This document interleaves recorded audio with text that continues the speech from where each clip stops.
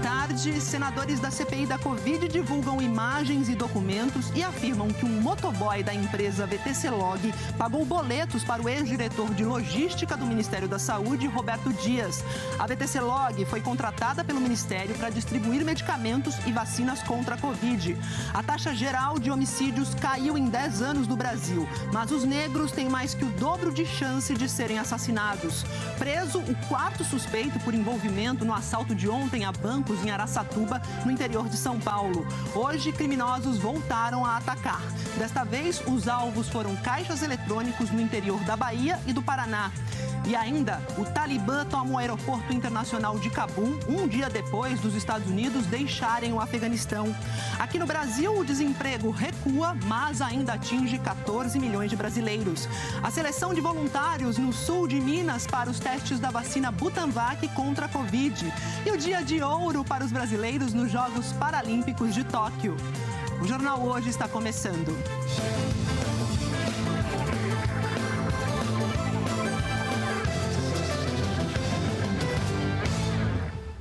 A polícia prendeu mais um homem suspeito de participar daquele assalto que aterrorizou moradores de Araçatuba, no interior de São Paulo, na madrugada de ontem. Hoje, o centro da cidade ficou fechado para o trabalho da perícia e para novas varreduras atrás de bombas. 93 explosivos foram encontrados até agora.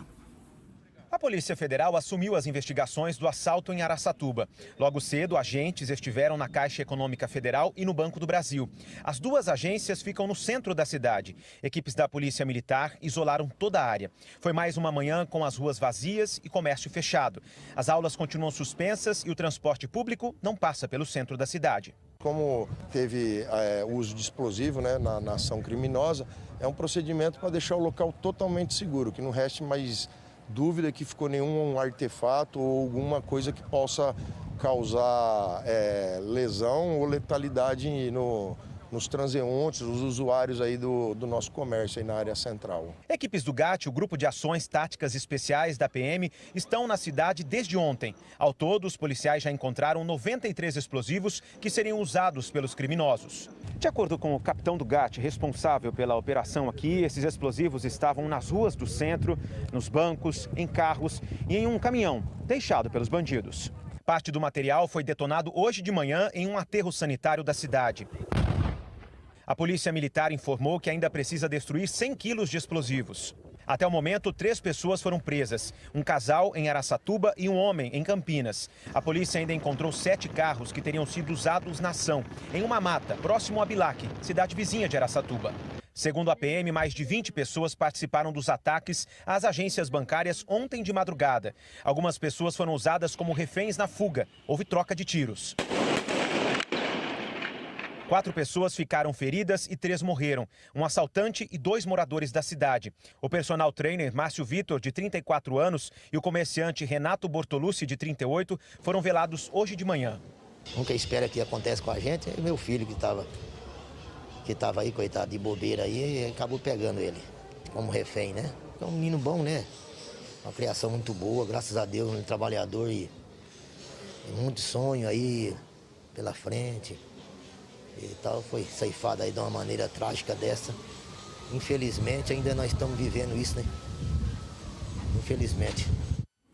A gente vai agora ao vivo lá para Araçatuba conversar com o Thiago Vasconcelos para saber como é que é a situação, como é que está a situação aí no momento em Araçatuba. Oi, Thiago, boa tarde.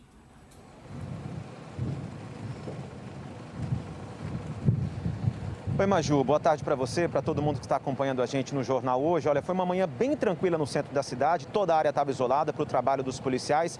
A situação parece que vai voltando em uma normalidade aqui em Araçatuba. A região central, que estava interditada, foi liberada agora há pouquinho, aos poucos minutos.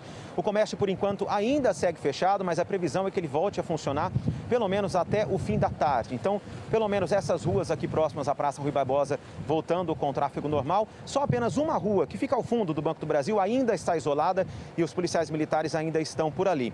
Aí, o que nós temos de informação para passar para vocês dessa ocorrência toda. Nós já temos 3 presos nessa situação, três pessoas que foram presas. Ontem em Campinas, ontem à noite, um homem que confessou que ajudou no planejamento de toda essa ação.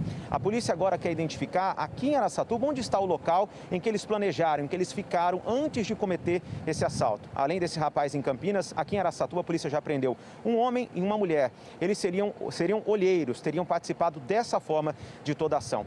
Na Santa Casa aqui do município nós temos ainda 2 homens sob escolta, sob custódia, suspeitos de terem participado também dessa ação. Eles deram entrada na Santa Casa, baleados depois da ação que aconteceu na madrugada de segunda-feira. A polícia de Piracicaba está tentando identificar se um homem, também com marcas de tiro, com de fuzil inclusive, que deu entrada na Santa Casa do município, se ele tem alguma ligação com o crime que aconteceu aqui em Araçatuba. A polícia vai investigar isso também. Para passar a atualização para vocês da região central aqui, um pouquinho mais cedo, o batalhão de ações especiais da Polícia Militar passou aqui pelo espaço, fez uma última varredura. O porquê disso? Eles estavam em busca de explosivos. Como esse grupo criminoso acabou deixando vários explosivos espalhados pela região central, hoje pela manhã, durante a madrugada, foi feita uma varredura em toda a área para ver se eles não encontravam nada e se não teria aí nenhuma insegurança, para essa área ser liberada de fato com segurança, Maju, para todas as pessoas aqui de Araçatuba. É isso, Tiago. E me explicaram que esses explosivos têm que ser desarmados um a um para depois sim serem detonados e é uma operação bem delicada. Obrigada, viu, pelas informações. Olha, no interior do Paraná, hoje de madrugada teve uma ação que foi parecida com essa aí de Araçatuba. Criminosos aterrorizaram uma cidade de 10 mil habitantes para atacar um banco. Os estragos na agência são o resultado de uma madrugada violenta em Mariluz. Os destroços ficaram espalhados pelo chão. As explosões atingiram os 3 caixas eletrônicos. Segundo a polícia, 8 homens participaram do assalto. A ação durou 25 minutos. Enquanto um grupo de bandidos circulava pela cidade dando tiros para o alto para intimidar a população, os outros criminosos ficaram no banco. Acordei com o barulho, muito barulho. Aqueles pipocos que eu nunca vi na minha vida. Eu estou com 73 anos, nunca vi o barulho daquele. Nunca vi na vida. A mãe ficou tremendo, a mãe ficou com medo, eu também fiquei com medo. Aí vim pra cá, tiroteio. Pensei que ia. Porque é muito pertinho, então o barulho era demais. Barulho é demais. Esse modus operandi tem sido realizado por esse tipo de quadrilha para intimidar a comunidade, justamente para que não saiam de suas residências e no sentido também de mostrar força. Por causa do pequeno efetivo da Polícia Militar aqui na cidade, policiais de toda a região foram chamados, mas eles só chegaram no local depois que os bandidos já tinham fugido, por isso não houve confronto. Apesar do uso de explosivos, uma perícia confirmou que nenhuma bomba foi deixada por aqui. Nós tivemos aí a utilização de artefatos explosivos em 3 caixas eletrônicos, sendo que apenas um deles houve um maior dano, que possivelmente houve a subtração de dinheiro, mas isso ainda vai ser verificado pela agência bancária. Os bandidos fugiram em 2 carros. A 40 quilômetros de Mariluz, a polícia encontrou um veículo incendiado. A suspeita é que ele tenha sido usado no assalto. Até agora, ninguém foi preso. A gente ficou arrasado, porque a cidade nossa pequena, assustou toda a população, então foi uma coisa terrível. E o Itaú disse que está colaborando com as investigações. A agência permanece fechada para reparos. E outro ataque à agência bancária foi registrado em Camaquã, lá no sul da Bahia. Também nesta madrugada, a área dos caixas eletrônicos ficou destruída. Os bandidos explodiram pelo menos 2 deles. Estilhaços de vidro ficaram espalhados dentro e fora da agência. Parte do teto veio abaixo. Somente neste ano já foram 36 ataques desse tipo lá na Bahia, mais do que o dobro de todo o ano de 2020, que foi 17. Por enquanto, ninguém foi preso. Comércio ilegal de armas foi ampliado nos últimos anos, O problema é o seguinte, é que boa parte dessas armas compradas aí dentro da lei acaba nas mãos de criminosos. A gente vai ver isso na reportagem da Roberta Giacomoni e do César Galvão. Este homem foi assaltado assim que cruzou a rua no centro de São Paulo. A imagem não mostra o momento da abordagem. Segundo a polícia, ele tinha uma arma e reagiu. A câmera de uma loja gravou o ladrão em fuga. Ele apontou a arma para trás e atirou 7 vezes. No tiroteio, um motorista de 53 anos que estava na calçada foi atingido e morreu. O ladrão escapou. O homem que reagiu ao assalto declarou à polícia que é atirador desportivo e que estava com a arma carregada porque seguia para um clube de tiro. Ele se baseou num decreto do presidente Jair Bolsonaro, de fevereiro deste ano, que permitia o porte de arma carregada entre a residência e o clube de tiro. Em abril, uma liminar concedida pela ministra do STF, Rosa Weber, fez valer a regra antiga. A arma tem que ser transportada descarregada. Na decisão, ela disse: entendo que a livre circulação de cidadãos armados, carregando consigo múltiplas armas de fogo, atenta contra os valores da segurança pública e da defesa da paz. Na liminar, a ministra também destacou uma inequívoca correlação entre a facilitação do acesso da população às armas de fogo e o desvio desses produtos para organizações criminosas, milícias e criminosos em geral. Números do Exército indicam que o país tem mais de 400 mil atiradores desportivos, caçadores e colecionadores. A licença não permite que eles portem armas nas ruas, se estiverem no trabalho ou num passeio. Só podem transportar a arma entre o local onde moram e o estande de tiro. E não podem usar para defesa pessoal em locais públicos. Regras que têm sido desrespeitadas no país. Na cidade gaúcha de Jaboticaba, em maio, um homem matou 2 pessoas dentro de um restaurante, depois de uma discussão. Segundo a polícia, ele é ligado a um clube de tiro e estava com uma arma registrada. Pela lei, o atirador desportivo só consegue autorização se estiver vinculado a um clube de tiro, um serviço em alta no país. Em 2017, o país registrou 115 novos clubes de tiro. Em 2018, foram criados mais 163. Em 2019, o número disparou, 232. E no ano passado, foram mais 291 novos clubes de tiros. Outra regra do Estatuto do Desarmamento, alterada por decreto pelo governo federal em fevereiro, liberou colecionadores para comprar até 10 armas de uso permitido, como pistolas e revólveres, e outras 10 armas de uso restrito, como fuzis. A quantidade aumenta para atiradores desportivos. 30 armas permitidas e mais 30 de uso restrito. Segundo a polícia, esses 2 homens usaram a licença de atiradores desportivos para se armar e foram ameaçar uma pessoa na porta da casa dela, cada um com um fuzil.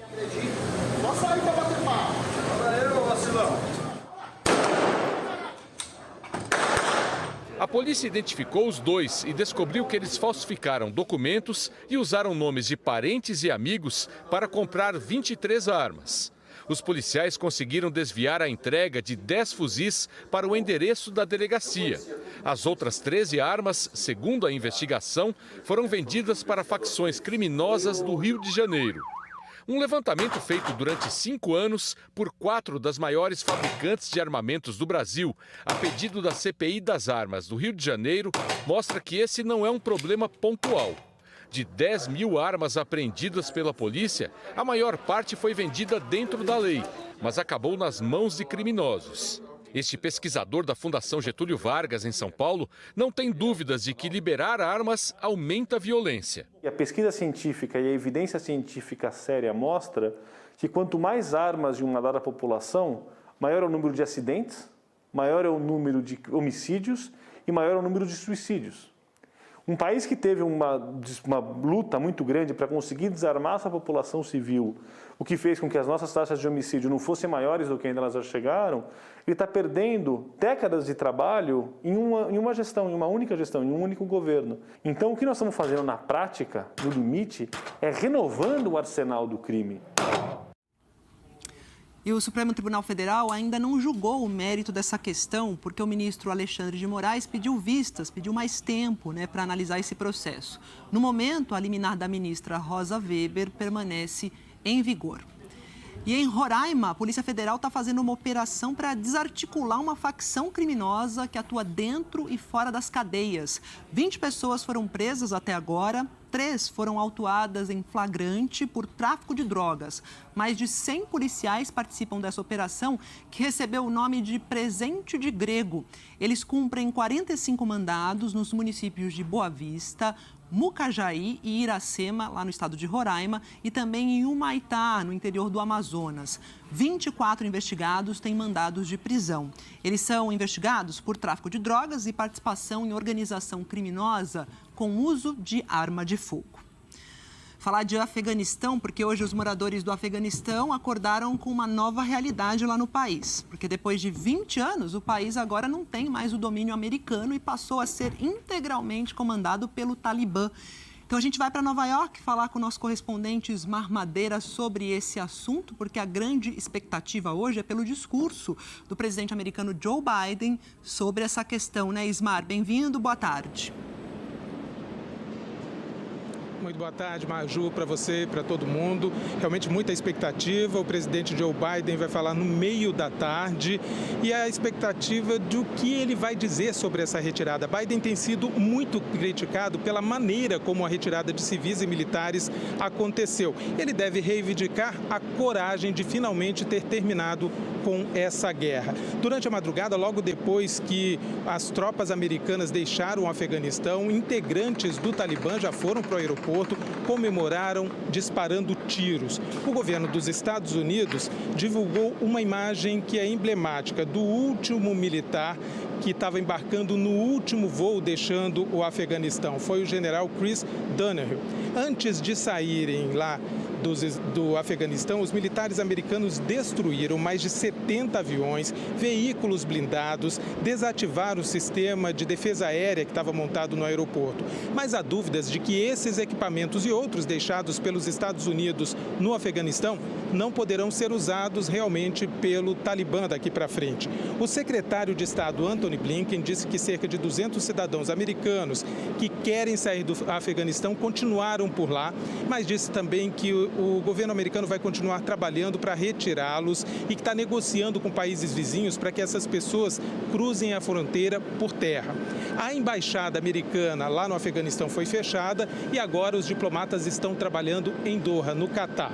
Com isso, os Estados Unidos encerraram a sua mais longa guerra, que durou 20 anos, consumiu cerca de 2 trilhões de dólares e milhares de vidas. Quase 2.500 soldados americanos e 240 mil afegãos morreram. O aeroporto Hamid Karzai é um retrato do que o Talibã vai ter que lidar no país. Integrantes do grupo extremista ocuparam a pista de decolagem assim que o último avião com americanos levantou voo. Eles encontraram veículos quebrados. Muita coisa destruída foi deixada para trás. O Talibã diz que quer deixar o aeroporto pronto para funcionar novamente. Em todo o Afeganistão também há muito que ser reconstruído. Quem ficou luta pela sobrevivência. Este homem afirma que a situação econômica está difícil, que há muito desemprego. Precisamos de pão e água, disse ele. E perguntou o que as pessoas devem comer ou vestir quando não há salário. Sob o comando do Talibã, o Afeganistão enfrenta uma crise econômica e humanitária. A maior parte das reservas estrangeiras de bilhões de dólares do país está retida nos Estados Unidos. A moeda local está se desvalorizando. Os bancos fecharam na tentativa de evitar uma corrida para sacar dinheiro. Uma grande seca também afetou o abastecimento de alimentos. E suprimentos médicos estão escassos no país. O porta-voz do Talibã, Zabihullah Mujahid, afirmou que a estrutura de governo será anunciada em breve e que os bancos e a economia vão começar a andar. Mas está controlando um país extremamente pobre e polarizado. O Talibã tomou Cabul de forma fácil, né? Não houve resistência, mas agora são os dilemas de um governo. Primeiro, o grande problema é econômico. O Talibã não tem experiência de gestão de um Estado. Quando eles foram governo, entre 1996 e 2001, eles não tinham expectativa de ter um governo estável, de ser bem qualificado. Eles se fecharam lá, fizeram um regime repressivo mas não tinha interesse em ser reconhecido, era reconhecido pela Arábia Saudita e o Paquistão. Agora não, ele tem pretensões, né? Então, ao se aparar na China e na Rússia e no Irã, ele já adquiriu um status internacional muito acima do que ele tinha. Eles vão ter que montar um aparelho de inteligência, né, principalmente para lidar com a questão do terrorismo, né, que não vai ser pouca, e também segurar outros grupos terroristas, né? Enfim, são muitas as dificuldades de ser governo. Enquanto isso, no Ocidente, os Estados Unidos tentam lidar com a finalização dos 20 anos de guerra no Afeganistão, que deixou para trás um país em frangalhos. E nas mãos dos próprios extremistas que os americanos tiraram do poder anos atrás. Existem vários desafios para os Estados Unidos no período pós-ocupação, né? Em primeiro lugar, vale considerar que a popularidade do presidente Joe Biden foi muito afetada pela saída, pela execução da estratégia de saída. Nos Estados Unidos, em 2022, haverá eleições de meio de mandato, que significa que o Congresso vai passar por uma grande renovação e, portanto, Joe Biden, a depender dos resultados dessa eleição de 2022, terá mais ou menos condições de governar nos seus próximos 2 anos de mandato. Embora a ocupação tenha terminado, a guerra, infelizmente, não teve fim. Ainda que os Estados Unidos tenham retirado suas tropas do Afeganistão, os desafios de segurança internacional ligados ao terrorismo, às novas ameaças, eles continuarão existindo. Os próximos anos são de muitos desafios e da necessidade de um acompanhamento de perto para ver como essas dinâmicas locais vão se manifestando. Tem desafio também com os refugiados. Ministros do Interior e da Justiça dos países da União Europeia se reuniram hoje lá em Bruxelas para discutir como a Europa vai lidar, com o fluxo de imigrantes e também refugiados que estão vindo do Afeganistão. A gente vai para Londres, então, falar sobre isso com o nosso correspondente, o Pedro Vedolfa. Saber em que pé está essa reunião, se já tem alguma decisão divulgada por aí. Oi, Pedro. Boa tarde. Maju, boa tarde para você, para todo mundo. Tem sim, essa reunião ainda está em andamento. Na verdade, tem uma coletiva de imprensa dos ministros acontecendo agora, mas o que os ministros do interior decidiram é reforçar a capacidade de países vizinhos do Afeganistão de acolherem esses refugiados. A nota diz assim: eles precisam proporcionar proteção e acolhimento dignos e seguros para esses afegãos. Então, claramente, a União Europeia está querendo fazer com que a absorção desses refugiados aconteça fora do território europeu. Eles não chegaram, portanto, a um consenso sobre o que fazer com os refugiados dentro do bloco. Não há uma política comum específica para refugiados do Afeganistão. Na verdade, a União Europeia, nessa própria nota sobre a declaração conjunta, diz que o bloco vai cooperar com esses países para prevenir a migração ilegal nessa região. Esse tipo de linguajar recebeu críticas da Anistia Internacional. Eles falaram que o foco, a ênfase na proteção das fronteiras é extremamente prejudicial para o momento. Disseram que a ONG disse que a União Europeia está delegando para terceiros a sua responsabilidade humanitária e que deveria conceder acesso aos afegãos para pedirem asilo e esses asilos serem respondidos de forma justa, se eles têm direito ou não de estar sendo recebidos pelos governos europeus. A primeira-ministra da Alemanha disse que perto de 40 mil pessoas que trabalharam para a Alemanha ainda estão no Afeganistão. Angela Merkel disse que pode levar essas pessoas para a Alemanha e eles tentam articular uma passagem segura. Aqui no Reino Unido, o chefe da diplomacia disse que a situação de fato é um desafio para tirar essas pessoas de lá. Ele falou que centenas de pessoas com cidadania britânica que trabalharam para o Reino Unido estão presos no Afeganistão. Então, Dominic Raab e outros tantos do Ocidente tentam articular nesses contatos uma saída finalmente ali de Cabul. Maju. Obrigada, Pedro. Pois é, e o resgate de civis estrangeiros e afegãos acabou, pelo menos por enquanto, lá no aeroporto de Cabul, mas existe aí a expectativa de que milhares de pessoas deixem o Afeganistão por terra nos próximos meses. Quantos foram deixados para trás? No aeroporto de Cabul, o drama era o mais urgente, o mais chocante, mas nem de longe o maior. Se pelo ar foram removidas 122 mil pessoas, a ONU estima que, por terra, 500 mil devem sair do Afeganistão nos próximos meses. Quem precisa fugir do Talibã, desde o início, está buscando os países vizinhos. Lugares onde a liberdade pode ser conquistada assim, a pé. Esse é um dos pontos da fronteira com o Paquistão. O país vizinho recebe uma grande quantidade de afegãos desde a década de 1980, na época da resistência à invasão soviética. Cerca de 1,5 milhão de refugiados vivem desse lado da fronteira, mas agora o número não deve aumentar muito. O governo paquistanês é um dos maiores aliados do Talibã e até agora não concedeu um único visto humanitário sequer aos adversários do novo regime. O movimento na fronteira é pequeno, mas esse afegão que conseguiu passar diz que muitos estão esperando do lado de lá. Ele mesmo esperou uma semana, mas diz que alguns estão aguardando há mais de um mês. E nem todos são fugitivos de guerra. Muitos fogem da miséria e da falta de assistência. Precisam mudar de país para buscar tratamento médico. Esse outro afegão conta que conseguiu atravessar a fronteira com o pai que tem câncer. Mas o filho, que tem problemas nos rins, continua do lado de lá. A Cruz Vermelha informou que mesmo com a retirada das forças internacionais, vai continuar trabalhando no Afeganistão com 1.800 pessoas. A OMS mandou um carregamento de remédios. Mas a crise humanitária num país arrasado tem dimensões ainda difíceis de avaliar. Sair, para muitos, ainda é a única opção. O Itamaraty informou que conseguiu resgatar o segundo e último cidadão brasileiro que queria cruzar a fronteira. Ele passou para o Paquistão por terra, junto com a família. Aqui na região do Golfo Pérsico, o Talibã ensaia os primeiros movimentos em público para ganhar reconhecimento internacional. Um representante do grupo se reuniu com o embaixador da Índia no Catar.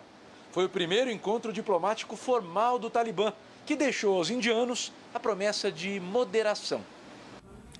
Israel, gente, agora. Israel registrou hoje um recorde de novos casos de Covid desde o começo da pandemia. Foram quase 11 mil infecções em 24 horas. Esse surto está associado à disseminação da variante Delta, que é mais transmissível. O primeiro-ministro do país, o Naftali Bennett, reforçou que a circulação do vírus em Israel pode ser controlada com vacinação e com medidas de proteção, como o uso de máscara. Não há previsão de lockdown no país, que já está aplicando doses de reforço em todos com mais de 12 anos de idade. As escolas de Israel reabrem amanhã para receber os alunos presencialmente. Os professores que se recusarem a se vacinar contra a Covid terão que fazer teste 2 vezes por semana. Vamos aqui para o nosso telão com os dados da pandemia, reunidos pelo consórcio de veículos de imprensa com secretarias de saúde de cada estado. Olha, de domingo para segunda-feira foram confirmadas 313 mortes e já temos aqui 579.643 vítimas da doença no país. Em 24 horas, 12.453 novos casos foram registrados, total de diagnósticos, 20.751.108. E depois de 2 semanas em estabilidade, a média de casos entrou em queda, uma redução aqui de 18%. Temos, então, 23.975 casos por dia aqui no país. É a menor média desde 11 de novembro. Queda também na média de mortes, queda de 19%, a gente vai ver aqui no nosso telão. São 671 óbitos por dia. Esse aqui é o 5º dia seguido abaixo da marca de 700 mortes. É a menor média desde 30 de dezembro.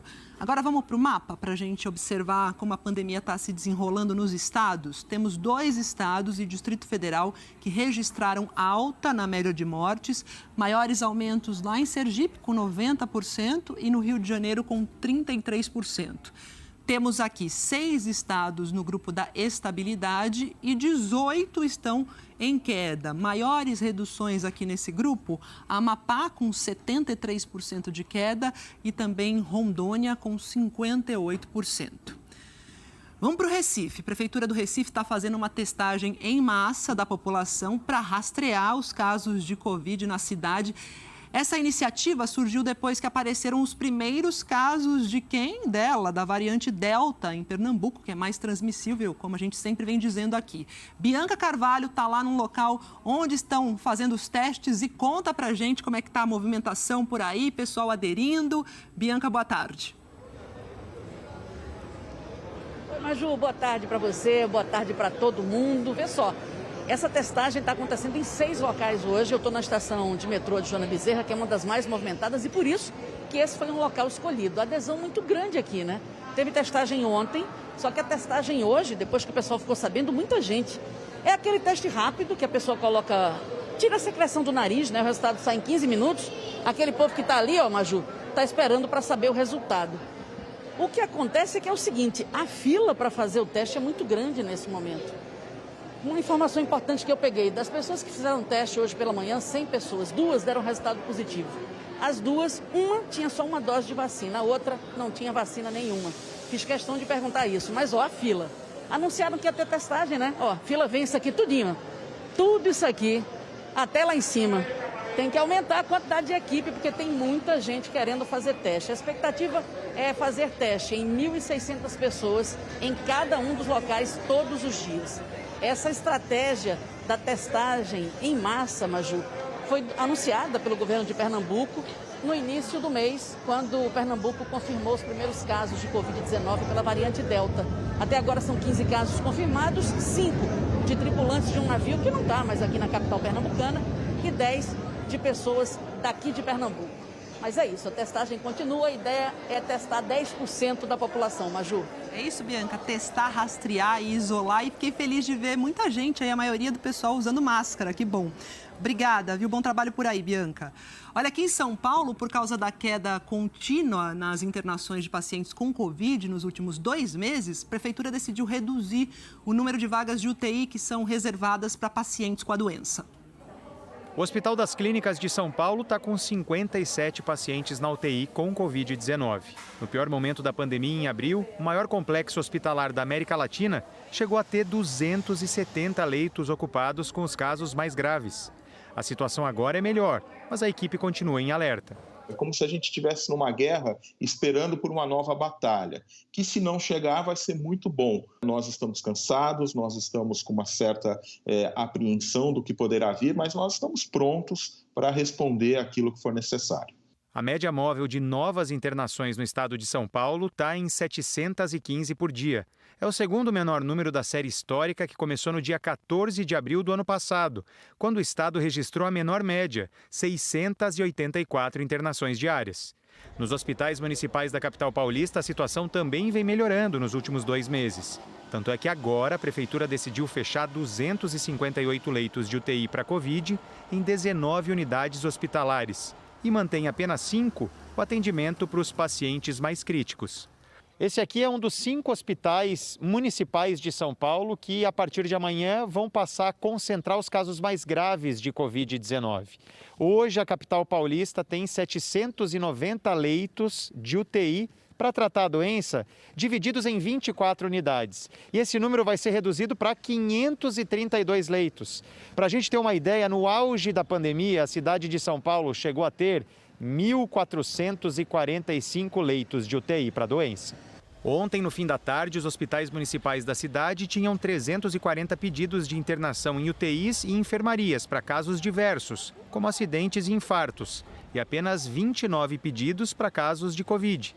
O secretário adjunto municipal de saúde de São Paulo explica que essa tendência fez a decisão ser tomada, porque hoje existem mais pacientes não Covid precisando de internação do que pacientes infectados com o coronavírus. Mas, de acordo com ele, caso a situação mude, a cidade pode reverter os hospitais novamente. Eles continuam preparados, porque se houver um aumento de casos de internação de pacientes Covid na cidade, nós podemos usar, a gente usa um termo aqui, nós viramos a chave novamente para que esses hospitais retornem a atender paciente exclusivamente Covid. Esse infectologista do Hospital das Clínicas afirma que a vacinação foi fundamental para a redução das internações, mas ainda não dá para relaxar. A vacina, ela não vai resolver nossos problemas de maneira definitiva. Os vacinados podem se infectar, podem transmitir. Nós acompanhamos outras populações, por exemplo, os asiáticos, os orientais, eles têm culturalmente o hábito de usar máscara. Nós, no Ocidente, nunca usamos a máscara como os orientais usavam. Eu acho que esse é um aprendizado que vai ficar da Covid. Nós temos aquela coisa de que mesmo doente vai trabalhar. Esse é outro hábito que a gente vai ter que perder. O doente que vai trabalhar, ele expõe o próximo a um risco. E esse risco pode ser Covid. Então, nós vamos respeitar mais os nossos limites e vamos, sim, provavelmente incorporar a máscara como parte da nossa cultura para evitar as doenças de transmissão respiratória, que não são apenas essas que a gente fala agora. E o Instituto Butantan está selecionando voluntários lá no sul de Minas Gerais para participar da etapa de testagem daquela vacina, a Butanvac, que é contra a Covid. E a triagem dos candidatos vai terminar hoje à tarde. Henrique foi um dos primeiros a chegar para participar da triagem. Aos 22 anos, o radialista que mora em Guaxupé, no sul de Minas Gerais, ainda não se vacinou contra a Covid-19. Um dos motivos que o estimulou a participar da pesquisa. Muito feliz de fazer parte desse grupo, né, que está sendo com esse estudo, né, para que ela possa ser aprovada e estar aí vacinando todos os brasileiros e protegendo todos nós contra essa pandemia. Na triagem, os voluntários respondem a um questionário e passam por atendimento médico. Depois, são submetidos a uma série de exames. Depois disso, nós vamos conferir todos os exames. Assim que tivermos os resultados, comunicamos os participantes para a gente convocar para vacinação de fato. A região de Guaxupé, no sul de Minas Gerais, é a primeira fora do estado de São Paulo a participar dos testes da Butanvac, a nova vacina desenvolvida pelo Instituto Butantan. 400 voluntários serão selecionados na região e ainda nesta semana serão vacinados. Os voluntários mineiros serão imunizados em Ribeirão Preto, onde são desenvolvidos os estudos da nova vacina. Os testes em humanos da Butanvac foram autorizados pela Anvisa no início de julho. Depois de a gente acompanhar esses voluntários por esses 42 dias, nós reunimos para analisar como que foi a resposta imunológica, se teve uma boa resposta imunológica, qual que foi a dose melhor, porque nós estamos testando 3 doses diferentes. 3 e 10 microgramas, para saber qual que é a dose, porque aí você tem uma segunda etapa com um número maior de voluntários, e aí em qualquer idade, pode ter já tido Covid, já pode ter recebido outra vacina, para aí sim, nessa etapa maior, a gente ter os dados para serem disponibilizados para a Anvisa. Esta semana, o Instituto Butantan permitiu que moradores de outras 7 cidades da microrregião de Guaxupé também participem dos testes. As inscrições terminam hoje à tarde. Guaxupé não só está participando desse ensaio clínico para a vacina Butanvac, como também participou de um inquérito epidemiológico para avaliação do cenário da cidade, né, para entender quais são as variantes que circulam aqui na nossa cidade. Para ser voluntário, é preciso ter mais de 18 anos e não estar vacinado contra a Covid. Os interessados também não podem ter contraído a doença. Ainda mais no momento de crise sanitária que nós estamos vivendo, né, da saúde. Então, eu me senti no dever, estando apta a participar. Vamos ver agora aqui no telão os números mais recentes da vacinação no país. Levantamento é do consórcio de veículos de imprensa com dados das secretarias estaduais de saúde, tá? 24 horas, a gente tem 905.115 pessoas que receberam a primeira dose, 802.869 tomaram segunda dose ou então vacina de dose única. Total do dia aqui, 1.707.984. Assim, a gente passou de 130 milhões, né, com o número aí de brasileiros que tomaram a primeira dose, são exatamente aqui, 130.019.681. Isso corresponde a 60,95% da população. E temos 61.166.920 completamente vacinados, o que equivale a 28,67% da população. Lembrando sempre, proteção máxima de cada vacina só vem 2 semanas depois da segunda dose ou então da dose única, como os médicos sempre explicam e afirmam aqui. No mapa agora, os estados que estão em verde escuro são aqueles mais adiantados na vacinação completa. Temos os 5 primeiros, Mato Grosso do Sul, depois São Paulo, Rio Grande do Sul, Espírito Santo e Santa Catarina. Mais detalhes sobre a situação aí do seu estado, você confere lá no site g1.com.br/coronavírus. Curitiba agora começou hoje a aplicar uma dose de reforço da vacina contra a Covid em pessoas acamadas com 70 anos ou mais. E nesta primeira etapa também estão sendo vacinadas as pessoas que têm 60 anos ou mais e moram em asilos. Segundo a Prefeitura, essas doses usadas sobraram da vacinação dos jovens e não seriam suficientes aí para abrir uma nova faixa etária. A Prefeitura disse ainda que a ampliação da dose de reforço para outros grupos depende do recebimento de mais vacinas. E a vacinação, tem avançado, já chegou aos adolescentes em várias cidades aqui pelo país. Aí a gente se lembra que lá atrás, um dos primeiros grupos a receber as doses contra a Covid foi o dos idosos que estavam em abrigos. Acontece que muitos desses idosos não tiveram a chance, a oportunidade de tirar aquela foto bacana, de registrar esse momento que é tão aguardado por muita gente. Só que no Recife, voluntários deram um jeitinho nisso. Um dia diferente para os moradores do Lar Batista para anciãos no Recife. Foi uma alegria, foi um prêmio para a gente.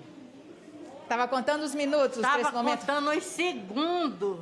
Os voluntários chegaram cedo e organizaram uma exposição numa galeria improvisada na varanda arejada, onde todos podem parar e admirar as fotos. Por trás de cada máscara havia um sorriso de alívio e de esperança. Os moradores do abrigo não puderam contar com os parentes para registrar o momento exato em que tomaram a vacina. Mas os voluntários não deixaram aquela conquista tão esperada passar em branco. Depois das 2 doses, com a imunização completa, eles posaram para fotos e foram eternizados com o maior troféu. O cartão de vacinação foi exibido com muita satisfação em cada foto. E só não brilhou mais do que o sorriso, que pôde ser revelado no instante do clique. As fotos foram tiradas no final do mês de março. Dona Zulmira estava radiante. Estou com vontade de abraçar, distribuir abraço, bem muito que eu gostava de abraçar, beijar. Ela plastificou o cartão para guardar com todo cuidado e conferiu a foto, onde aparece com os olhos cheios de lágrimas. Muito valorizada, me senti muito lembrada. Vou guardar mesmo a imagem dentro do meu coração para todo mundo ver. Dona Maria do Carmo, de 83 anos, gostou do resultado e de relembrar a sensação do dia da vacina. Fiquei feliz, o coração batia, só você vendo. Foi muito joia. A foto reflete aquele momento? Reflete. Quando eu cheguei, que eu vi, veio olhar de ansiedade e de felicidade. Dona Edith também festejou o presente dos voluntários. Nunca mais eu vou esquecer, esse dia tão maravilhoso. O Luquino foi quem teve a ideia de criar a galeria e cumpriu bem a missão. Muitos aqui não têm família, então essa pandemia ela foi muito dura com eles. É um misto de prazer, de orgulho de estar oferecendo isso para eles. A varanda não será a mesma com a galeria de fotos dos super idosos. Estando ainda dentro desse processo de pandemia, isso vem trazer um renovo. A gente vê a alegria, o brilho nos olhos deles por este momento ímpar na vida deles. Abraço forte para Dona Zulmira, Maria do Carmo, Edith e todos os idosos aí. Ficou maravilhoso o projeto. Olha, ainda hoje, senadores da CPI da Covid divulgam imagens e documentos e afirmam que um motoboy da empresa VTC-Log pagou boletos para o ex-diretor de logística do Ministério da Saúde, o Roberto Dias. A VTC-Log foi contratada pelo Ministério para distribuir medicamentos e vacinas contra a Covid. A seguir, a taxa geral de homicídios caiu em 10 anos aqui no Brasil, mas os negros têm mais que o dobro de chance de serem assassinados. O desemprego recua, mas ainda atinge 14 milhões de brasileiros. E tem a previsão do tempo para todo o país com a Eliana Marques. É já já.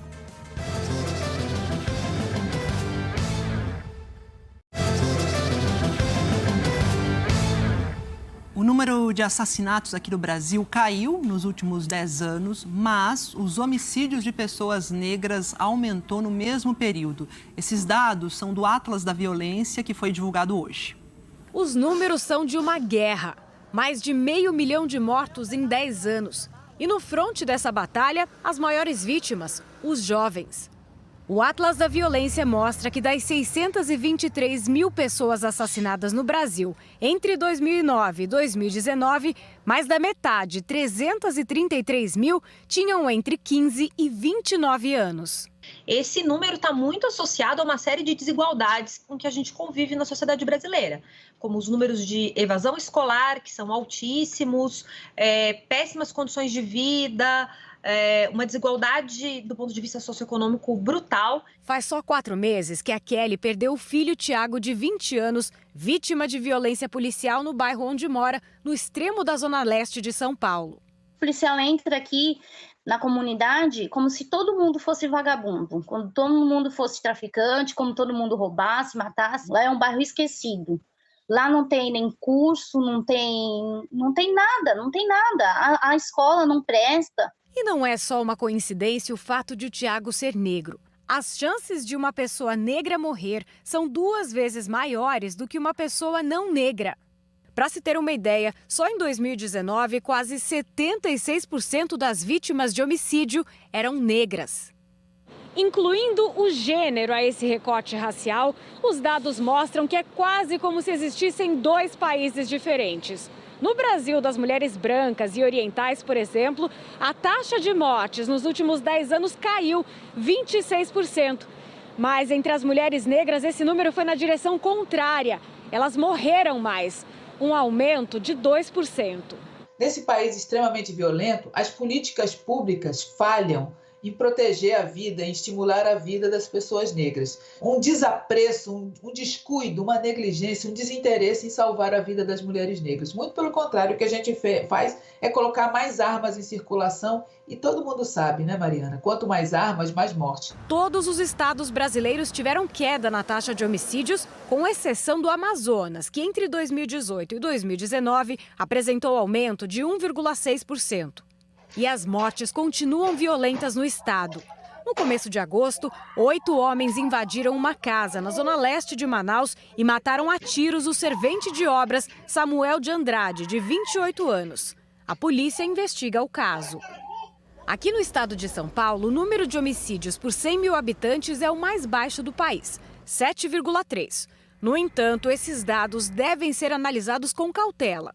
Isso porque o número de mortes violentas por causa indeterminada aumentou 35,2% de 2018 para 2019, justamente no mesmo período em que a taxa de homicídios oficialmente classificados diminuiu no país.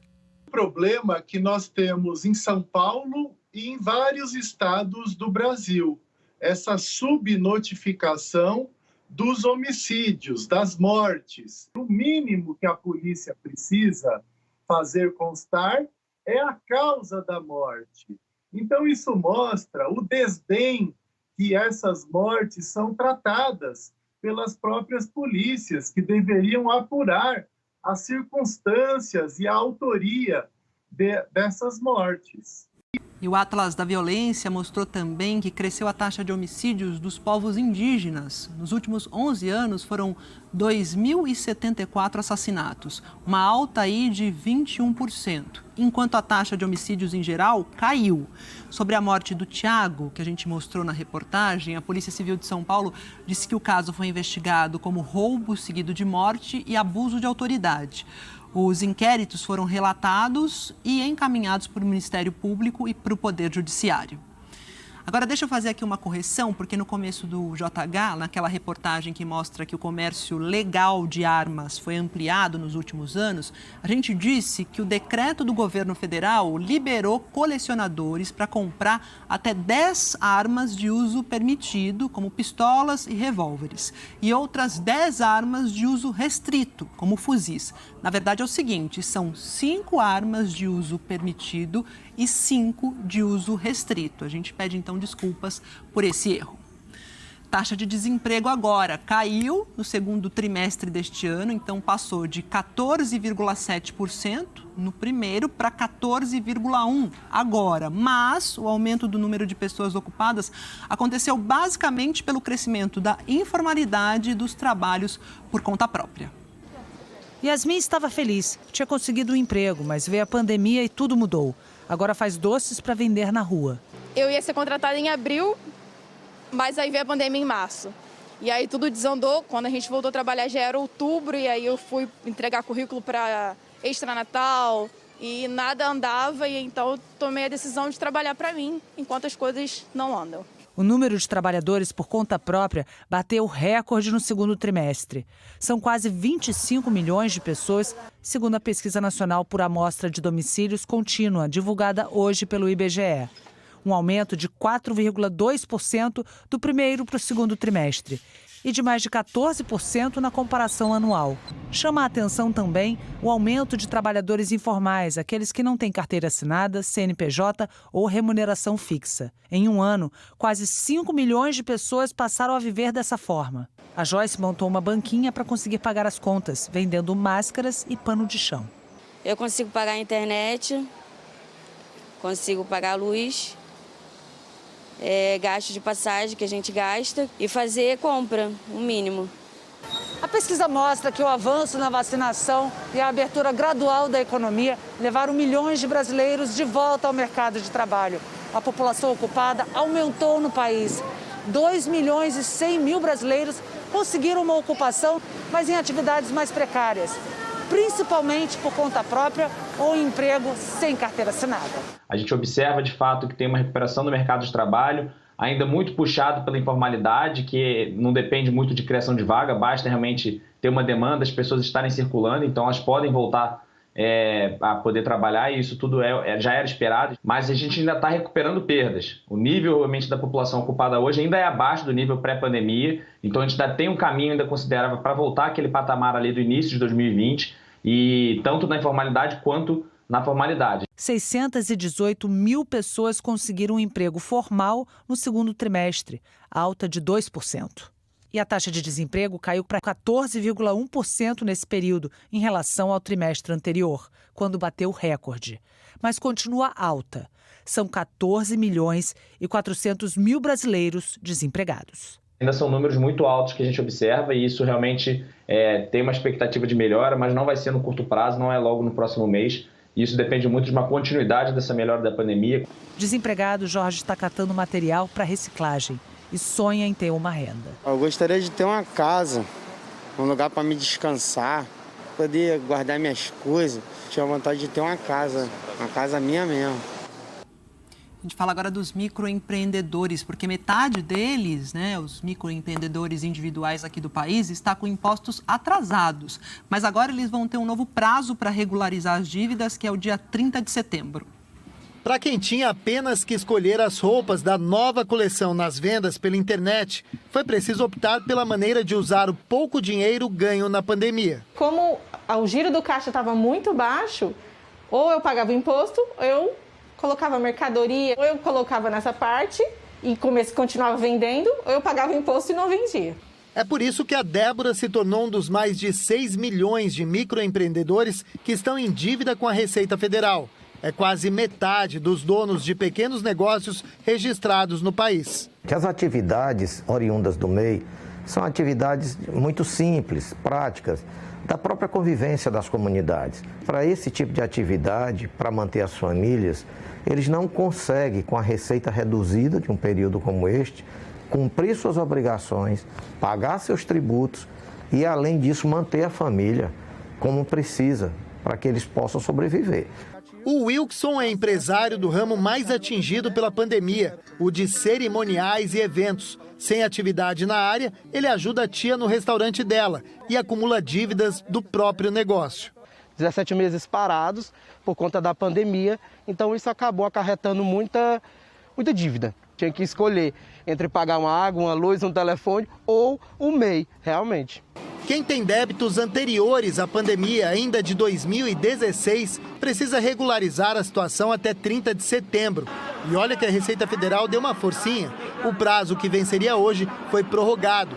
A Receita Federal disse que tinha muita gente procurando negociar as dívidas e achou melhor prorrogar a data para que todos os contribuintes tenham a mesma oportunidade. O microempreendedor que não se regularizar entra na dívida ativa, que é cobrada judicialmente, com juros e encargos. Além disso, sofre consequências como a perda de benefícios e auxílios do INSS.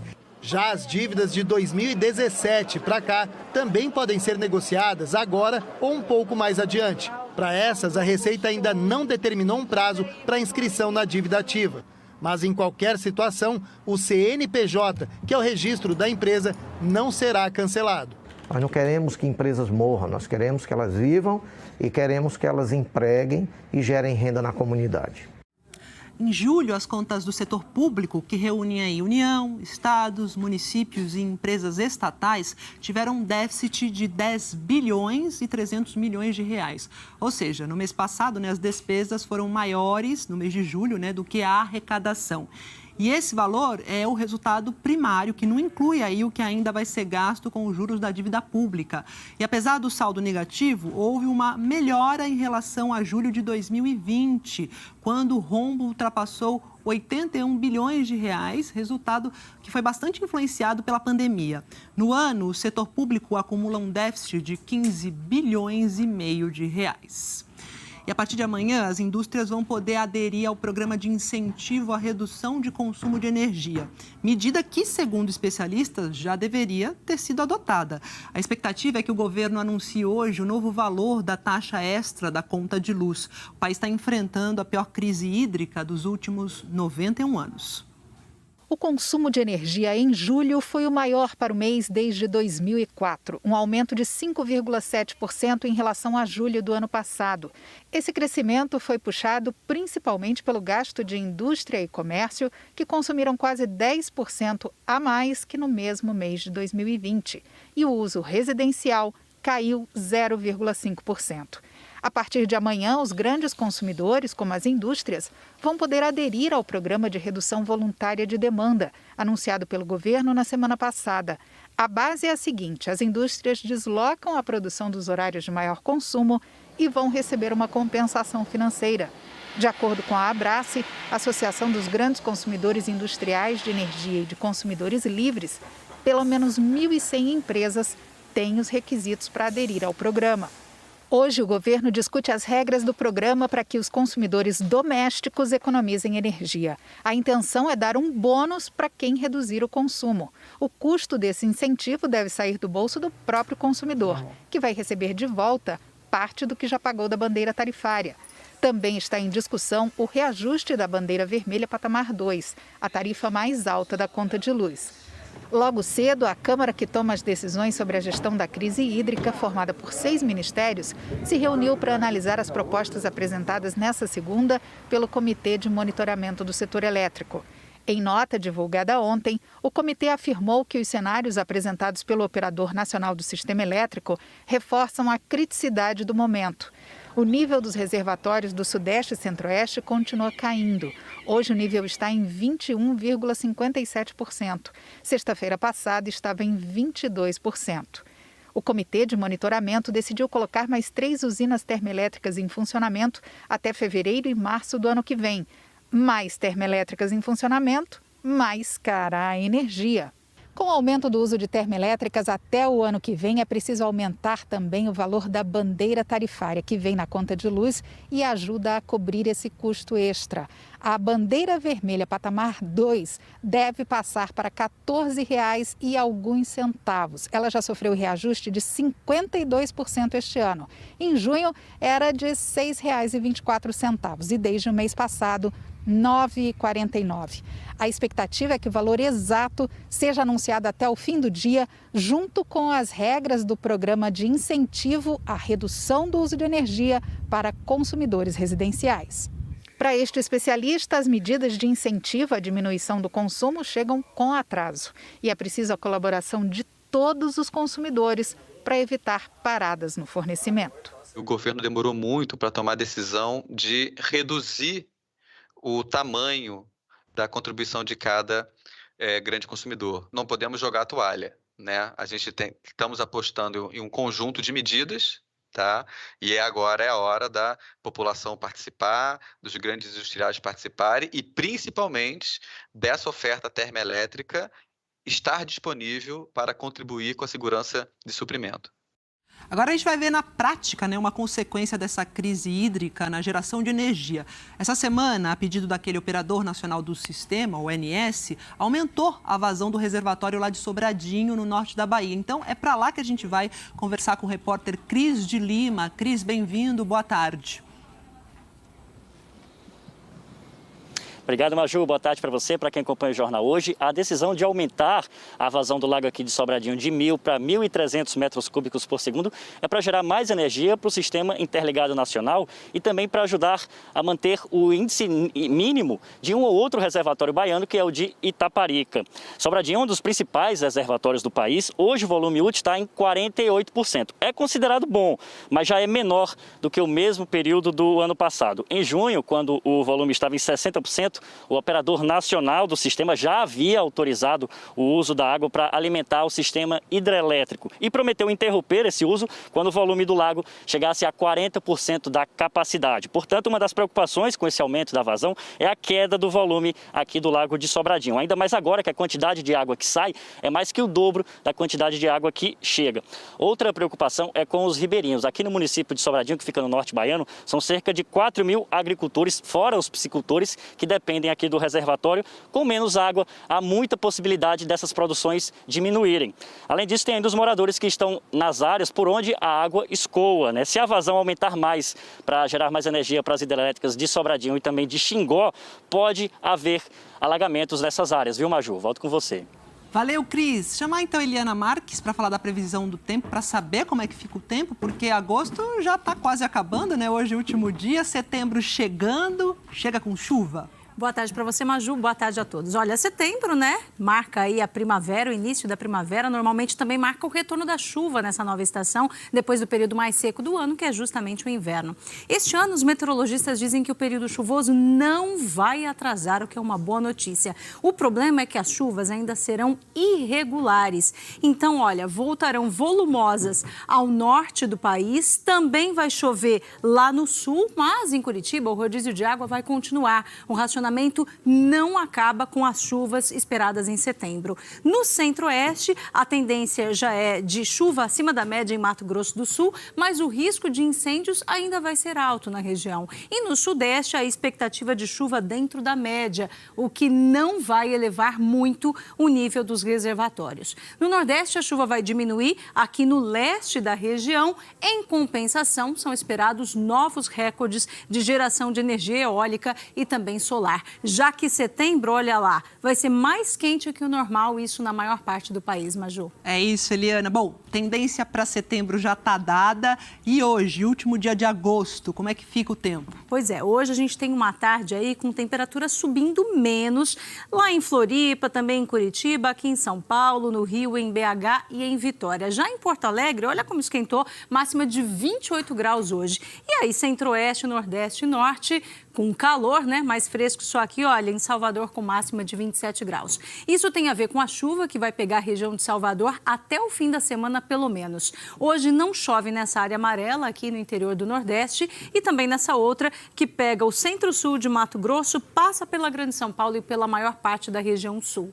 Hoje, a chuva mais forte se concentra nessas regiões aqui, principalmente onde o mapa está laranja, então Espírito Santo e também Amazonas. Já em Rio Branco, a Prefeitura decretou situação de emergência nas áreas rurais por causa da estiagem. Em 14 comunidades, açudes secaram.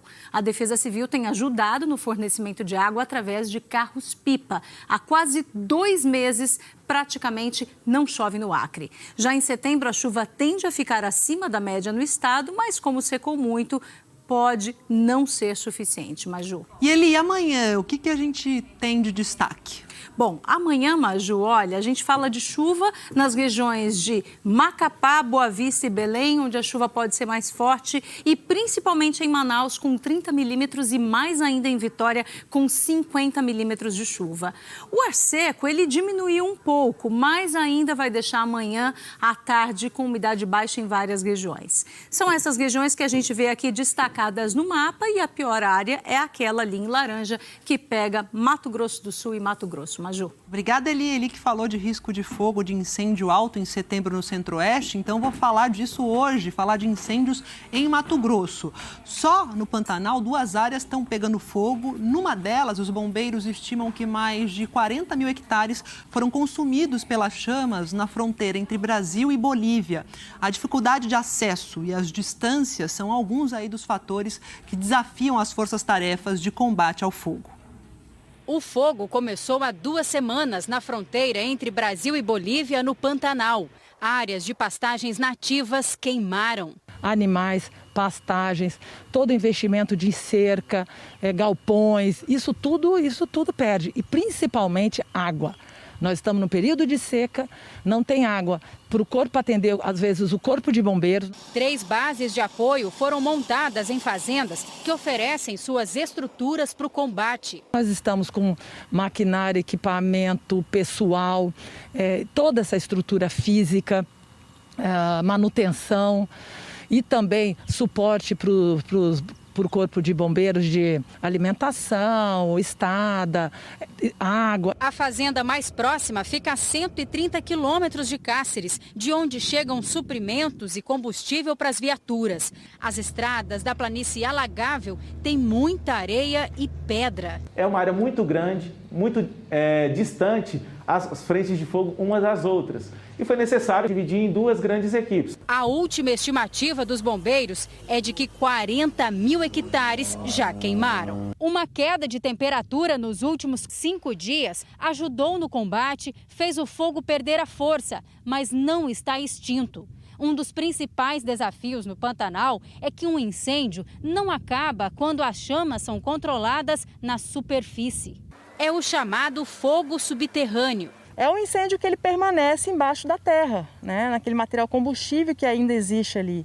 Então, normalmente as equipes de bombeiros fazem um combate superficial, são combates com sucesso, porém, embaixo da terra permanece aquele material combustível num processo de queima. E aí, com os ventos fortes da região, tendo o material combustível, o calor e o oxigênio, reinicia esses incêndios. Essas condições dificultam o combate ao fogo em outro ponto do Pantanal, na Transpantaneira, a região mais visitada no bioma em Mato Grosso.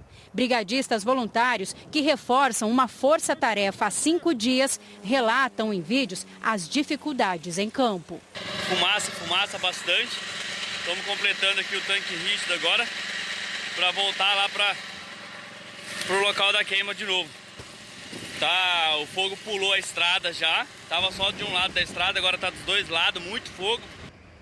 Bom, em nota, o governo de Mato Grosso informou que está investindo 43 milhões de reais na prevenção e combate aos incêndios florestais e que a Secretaria de Estado de Meio Ambiente fez uma parceria com o Corpo de Bombeiros para formar brigadistas em áreas como entornos de unidades de conservação e que também capacitou pilotos agrícolas para usar os aviões no combate às chamas. E nos Estados Unidos, depois de passar pela Louisiana, o furacão Ida provocou estragos no estado vizinho do Mississippi. Uma estrada cedeu por causa das fortes chuvas provocadas por esse furacão. 7 veículos caíram de uma altura de 15 metros e só foram retirados com a ajuda de um guindaste. Pelo menos 2 pessoas morreram e 10 ficaram feridas. Na noite de segunda-feira, o furacão foi rebaixado para a categoria de tempestade tropical, mas já é considerado um dos piores furacões a atingir a região do Golfo do México. Mais de 1 milhão de pessoas continuam sem energia elétrica nos estados do Alabama, Louisiana e Mississippi. E o fornecimento pode levar aí semanas para ser restabelecido por causa dos danos causados às linhas de transmissão. Além disso, as enchentes dificultam o trabalho das equipes de emergência. A seguir, tem CPI da Covid, que afirma que um motoboy da VTC-Log pagou boletos para o ex-diretor do Ministério da Saúde, o Roberto Dias. Os preparativos da seleção de futebol para o jogo contra o Chile pelas eliminatórias da Copa. E o dia de ouro para o Brasil nos Jogos Paralímpicos de Tóquio. É já já.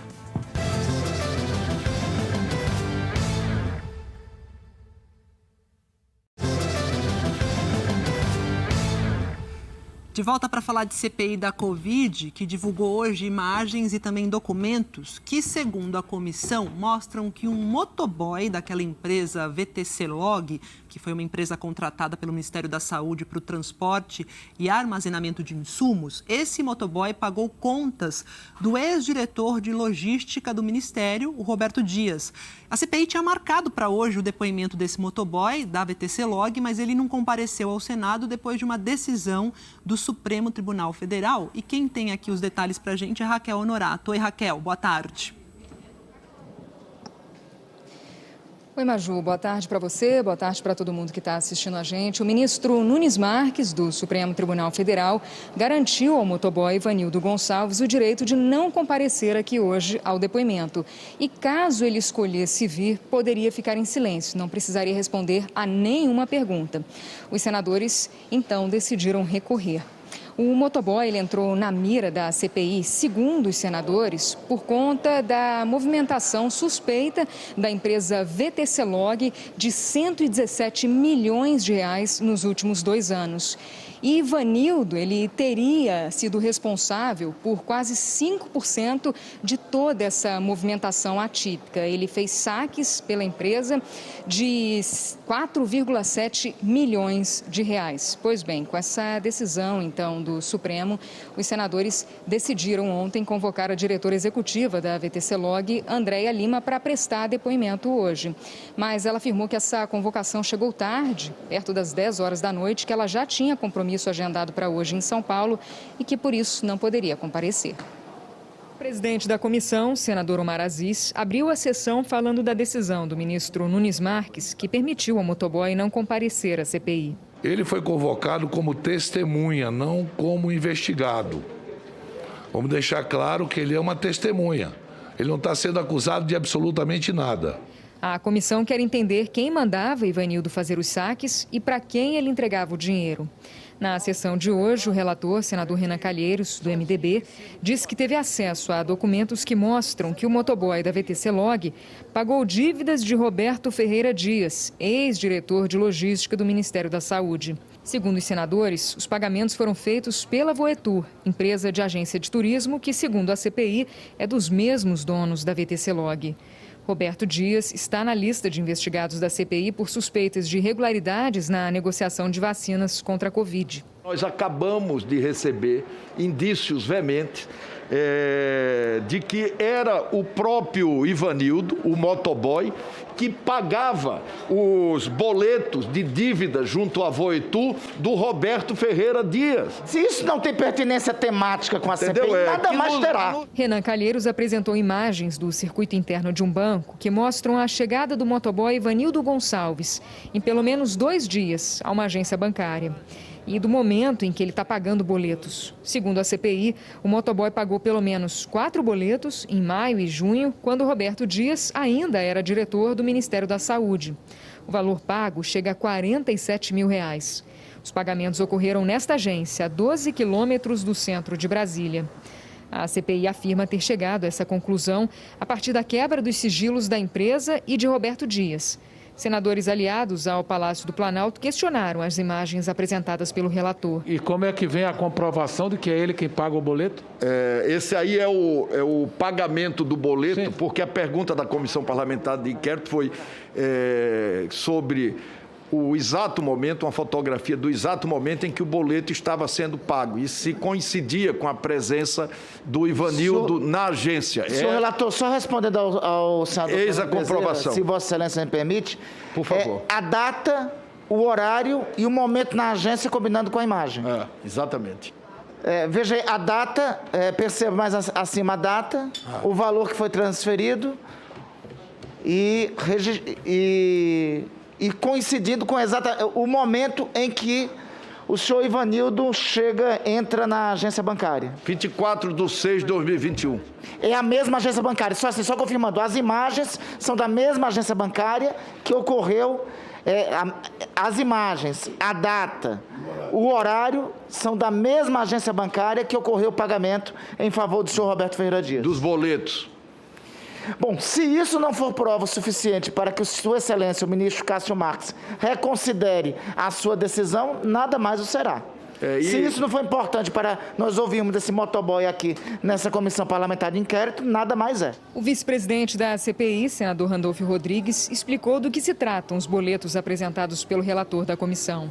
Só uma informação complementar, na verdade não se trata de depósito, se trata de pagamento de boletos da Voitur, como se a Voitur tivesse prestado serviço para o senhor Roberto Ferreira Dias. Senadores investigam se Roberto Dias beneficiou a empresa por meio de um aditivo em contrato com o Ministério.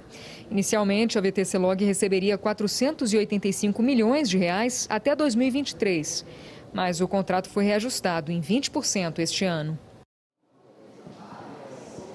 Nós procuramos a defesa de Roberto Dias, ex-diretor de logística do Ministério da Saúde, mas não tivemos resposta e não conseguimos contato com a empresa VTC-Log.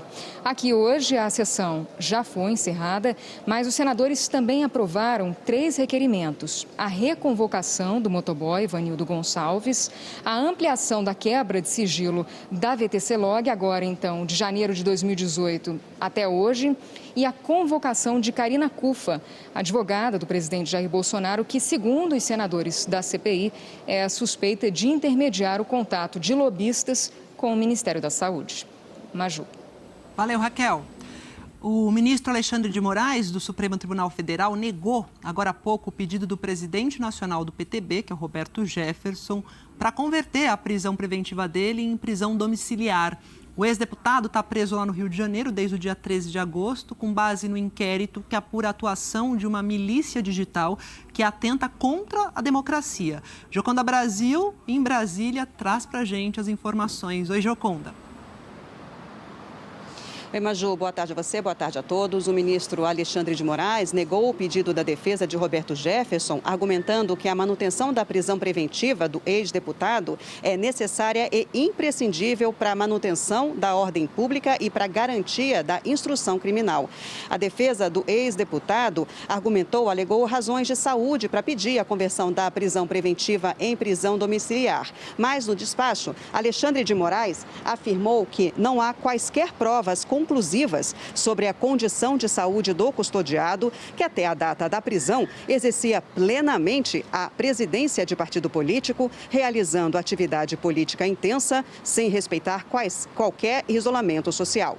Em outro trecho da decisão, Alexandre de Moraes escreveu: não bastasse isso, o requerente reiteradamente postava em suas redes sociais vídeos atacando os poderes da República e o Estado Democrático de Direito, sendo que em muitas ocasiões portava armas de fogo, praticando tiro ao alvo, além de didática e criminosamente ensinar pessoas a agredir agentes públicos. Ontem, a Procuradoria-Geral da República ofereceu denúncia contra o presidente nacional do PTB. A PGR afirma que Roberto Jefferson fez declarações atacando as instituições, praticou infrações previstas no Código Penal, na Lei de Segurança Nacional e na lei que define os crimes resultantes de preconceito de raça ou de cor. Maju. Obrigada, Gioconda.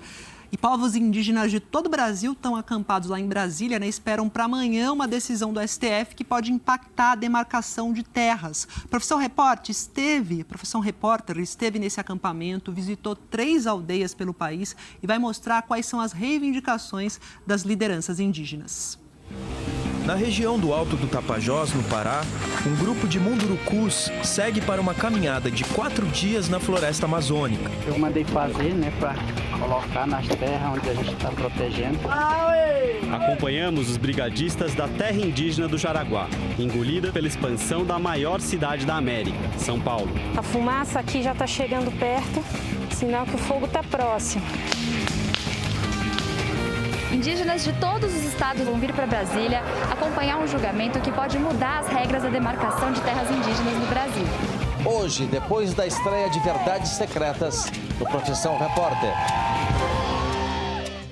E nesta quinta-feira tem seleção brasileira em campo pelas eliminatórias da Copa. O jogo é contra o Chile, é lá em Santiago, mas a preparação está sendo feita aqui em São Paulo. Gabriela Ribeiro está aqui no telão e conta pra gente sobre a preparação. Oi, Gabriela, boa tarde. Oi, Maju, boa tarde para você, boa tarde a todos. A seleção brasileira já está completa, com 24 convocados reunidos para as eliminatórias da Copa. Hoje pela manhã, bem cedinho, chegaram os últimos atletas. O Neymar e o Marquinhos desembarcaram aqui em São Paulo e já estão com o grupo. O técnico Tite comanda na tarde de hoje, no CT do Corinthians, o primeiro treino completo. Lembrando que a seleção está se preparando para o jogo contra o Chile, na quinta-feira em Santiago. E no domingo tem Brasil e Argentina na Arena do Corinthians. Num primeiro momento, o governo do estado de São Paulo anunciou que este seria um evento teste para a retomada de público nos estádios. Até 12 mil torcedores poderiam comprar ingressos para ir ao jogo. Só que a CBF voltou atrás nessa possibilidade. Em nota, a entidade se manifestou e disse que não vai ter tempo hábil para organizar os protocolos de entrada do estádio. Por isso, apenas 1.500 convidados da CBF poderão ir ao jogo no domingo. Maju? Obrigada, Gabriela. Olha, em Tóquio, mais um dia cheio de medalhas para o Brasil e a primeira do dia foi logo um ouro histórico. Quem conta pra gente é o Carlos Gil.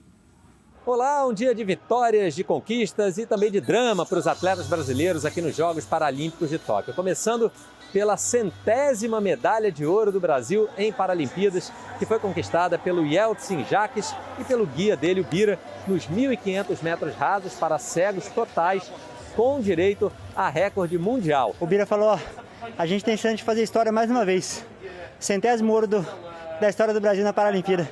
Eu falei por duas coisas. Primeiro é para subir o Brasil no quadro de medalhas e segundo é para construir essa história. Aqui no atletismo também tivemos uma medalha de prata, lançamento do dardo para Raíssa Machado. E uma medalha de bronze para Jardênia Barbosa nos 400 metros rasos para pessoas com deficiência intelectual. Minha primeira competição importante foi essa. E é uma honra por receber essa medalha de, nossa, muito amor, cheia de alegria. O drama ficou por conta da prova dos 100 metros rasos para cegos totais, categoria T11. Jerusa Geber, atual campeã e recordista mundial, correndo com o guia Gabriel Garcia. A fita que conecta a atleta ao guia arrebentou e quando isso acontece, eles são desclassificados. Para piorar, Thalita Simplício, correndo com o Felipe Veloso, o Felipe, guia da Thalita, soltou a fita nos metros finais, então eles perderam o bronze. E havia 4 duplas disputando as finais. Então, em teoria, o Brasil teria pelo menos uma medalha garantida e acabou ficando fora do pódio. Falando um pouquinho da natação, foram 4 medalhas, um ouro com a Maria Carolina Santiago e esse ouro foi o 14º do Brasil aqui em Tóquio, já igualando nos Jogos Paralímpicos a participação no Rio em 2016, quando o Brasil acabou a competição com 14 ouros. Tivemos também uma prata com o Gabriel Bandeira e outra prata no revezamento misto 4 por 100 metros nado livre para cegos. Todo mundo deixou tudo que tinha na água. A gente queria essa medalha, a gente queria muito essa medalha.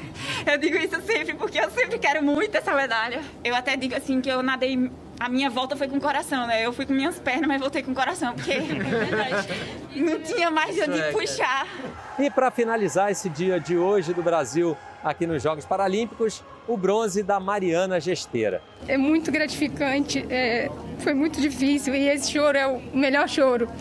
Né? Depois de muitos choros, né, de tristeza, por muitos motivos ruins, esse aqui é de vitória. Estou muito feliz.